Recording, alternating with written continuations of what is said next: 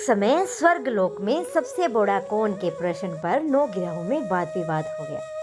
विवाद इतना बढ़ा कि परस्पर या भयंकर युद्ध की स्थिति बन गई। निर्णय के लिए सभी देवता देवराज इंद्र के पास पहुंचे और बोले कि हे देवराज, आपको निर्णय करना होगा कि हम में से सबसे बड़ा कौन है।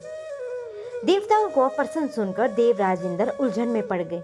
इंद्र बोले कि मैं इस प्रश्न का उत्तर देने में असमर्थ हूँ। हम सभी पृथ्वीलोक में उज्जैन नगरी में राजा विक्रमादित्य के पास चलते हैं। देवराज इंद्र सहित सभी ग्रह उज्जैन नगरी पहुंचे तो महल में पहुंचकर जब देवताओं ने अपना प्रश्न पूछा तो राजा विक्रमादित्य भी कुछ देर के लिए परेशान हो उठे, क्योंकि सभी देवता अपनी अपनी शक्तियों के कारण ही महान थे। किसी को भी बड़ा या छोटा कह देने से उनके क्रोध के प्रकोप भयंकर हानि पहुंच सकती थी। अचानक राजा विक्रमादित्य को एक उपाय सूझा। उन्होंने विभिन्न धातुओं स्वर्ण, रजत, कांसा, ताम्र, शीशा, रागा, जस्सा, अभ्रक व लोहे के 9 आसन बनवाए। धातुओं की गुणों के अनुसार सभी आसनों को एक दूसरे के पीछे रखवा कर देवताओं को अपने अपने सिंहासन पर बैठने को कहा। देवताओं के बैठने के बाद राजा विक्रमादित्य ने कहा कि आपका निर्णय तो स्वयं ही हो गया। जो सबसे पहले सिंहासन पर विराजमान है वही सबसे बड़ा है। राजा विक्रमादित्य के निर्णय को सुनकर शनि देवता ने सबसे पीछे आसन पर बैठने के कारण अपने आप को छोटा जानकर क्रोधित होकर कहा कि राजा विक्रमादित्य, तुमने मुझे सबसे पीछे बैठाकर मेरा अपमान किया है।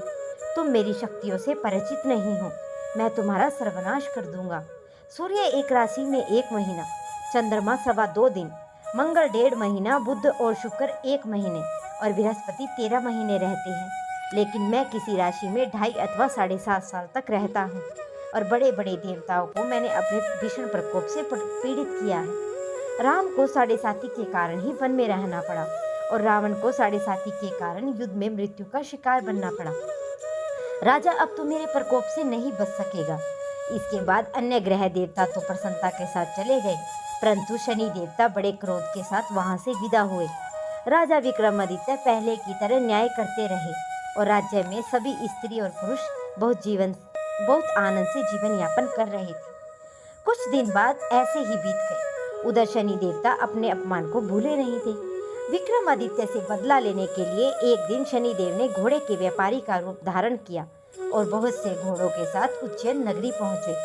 राजा विक्रमादित्य ने राज्य में किसी घोड़े के व्यापारी के आने का समाचार सुना तो अश्वपाल को कुछ घोड़े खरीदने के लिए भेजा। घोड़े बेहद ही कीमती थे और अश्वपाल ने जब वापस लौटकर इस संबंध में बताया तो राजा विक्रमादित्य ने स्वयं ही आकर एक शक्तिशाली घोड़े को पसंद किया और घोड़े की चाल देखने के लिए राजा उस घोड़े पर जैसे ही सवार हुआ, वह घोड़ा बिजली की गति से तेज दौड़ पड़ा और तेजी से दौड़ता हुआ घोड़ा राजा को दूर एक जंगल में ले गया। फिर राजा को वहां गिराकर जंगल में कहीं गायब हो गया। राजा अपने नगर में लौटने के लिए जंगल में भटकने लगा, लेकिन उसे लौटने का कोई भी रास्ता नहीं मिला। राजा को भूख प्यास लग आई और बहुत घूमने पर उसे एक चरवाहा मिला। राजा ने उससे पानी मांगा और पानी पीकर उस चरवाहे ने अपनी अंगूठी दे दी। फिर उससे रास्ता पूछकर वह जंगल से निकलकर पास के नगर में पहुंचा। राजा ने एक सेठ की दुकान पर बैठकर कुछ देर आराम किया। उस सेठ ने राजा से बातचीत की और राजा ने उसे बताया कि मैं उज्जैन नगरी से आया हूँ। राजा के कुछ देर दुकान पर बैठने से सेठ की बहुत अधिक बिक्री हुई।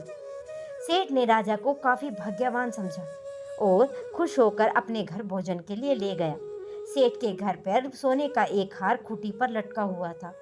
राजा को उस कमरे में छोड़कर सेठ कुछ देर के लिए बाहर गया तो तभी एक आश्चर्यजनक घटना घटी। राजा के देखते ही देखते सोने के उस हार को खूंटी निगल गई। सेठ ने कमरे में लौटकर जब हार को गायब देखा तो चोरी का संदेह राजा पर ही किया, क्योंकि उस कमरे में राजा ही अकेला बैठा हुआ था। और सेठ ने अपने नौकरों से कहा कि इस परदेसी को रस्सियों से बांधकर नगर के राजा के पास ले चलो।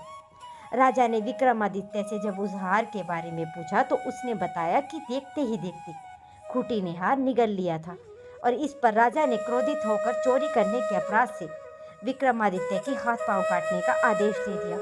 राजा विक्रमादित्य के हाथ पांव काटकर उसे नगर की सड़क पर छोड़ दिया। कुछ दिन बाद उसे एक तेली उठाकर अपने घर ले गया और कोहलू पर बैठा दिया। राजा आवाज देकर बैलों को हाँकता रहता और इसी तरह तेली का बैल चलता रहता और राजा को भोजन मिलता रहता। शनि के प्रकोप से 7.5 पूरी होने पर वर्षा ऋतु आरंभ हुई और राजा विक्रमादित्य एक रात मेघ मल्हार गा रहा था। तभी नगर के राजा की लड़की राजकुमारी मोहिनी रथ पर सवार होकर उस तेली के घर से पहुंची। तो उसने मेघ मल्हार सुना तो उसे बहुत ही अच्छा लगा और दासी को भेजकर गाने वाले को बुला लाने को कहा। दासी ने लौटकर राजकुमारी को अपंग राजा के बारे में सब कुछ बता दिया। राजकुमारी ने उसके मेघ मल्हार पर इतनी मोहित हो गई थी कि सब कुछ जानकर भी अपंग राजा से विवाह करने का निश्चय कर लिया। राजकुमारी ने अपने माता पिता से जब यह बात कही तो वे हैरान हो गए। रानी ने मोहिनी को समझाया कि बेटी, तेरे भाग्य में तो किसी राजा की रानी होना लिखा है, फिर तू उस अपंग से विवाह करके अपने पांव पर कुल्हाड़ी क्यों मार रही है। राजकुमारी ने जिद नहीं छोड़ी और अपनी जिद पूरी कराने के लिए उसने भोजन करना छोड़ दिया और प्राण त्याग देने का निश्चय कर लिया। आखिर राजा रानी ने विवश होकर अपंग राजकुमारी से विक्रमादित्य का विवाह करना पड़ा। विवाह के बाद राजा विक्रमादित्य और राजकुमारी तेली के घर में ही रहने लगे। उसी रात स्वप्न में शनिदेव ने राजा से कहा कि राजा, तुमने मेरा प्रकोप देख लिया, मैंने तुम्हें अपने अपमान का दंड दिया है। राजा ने शनिदेव से क्षमा करने को कहा और प्रार्थना की कि हे शनिदेव, जितना दुख आपने मुझे दिया अन्य किसी को न देना। शनिदेव ने कुछ सोचकर कहा कि राजा, मैं तुम्हारी प्रार्थना को स्वीकार करता हूँ। जो कोई स्त्री और पुरुष मेरी पूजा करेगा, शनिवार को मेरा व्रत करेगा और व्रत कथा सुनेगा, उस पर मेरी अनुकंपा बनी रहेगी। प्रातःकाल विक्रमादित्य की नींद खुली तो उसने अपने हाथ पांव देखकर राजा को बहुत ही खुशी हुई। उसने मन ही मन शनिदेव को प्रणाम किया और राजकुमारी भी राजा के हाथ पांव सही सलामत देखकर आश्चर्य में डूब गई। तब राजा विक्रमादित्य ने अपना परिचय देते हुए शनिदेव के प्रकोप की सारी कहानी सुनाई। सेठ को जब इस बात का पता चला तो दौड़ता हुआ तेली के घर में पहुंचा और राजा के चरणों में गिरकर क्षमा मांगने लगा। राजा ने उसे क्षमा कर दिया क्योंकि यह सब तो शनिदेव के प्रकोप के कारण हुआ था। सेठ राजा को अपने घर ले गया और भोजन कराया।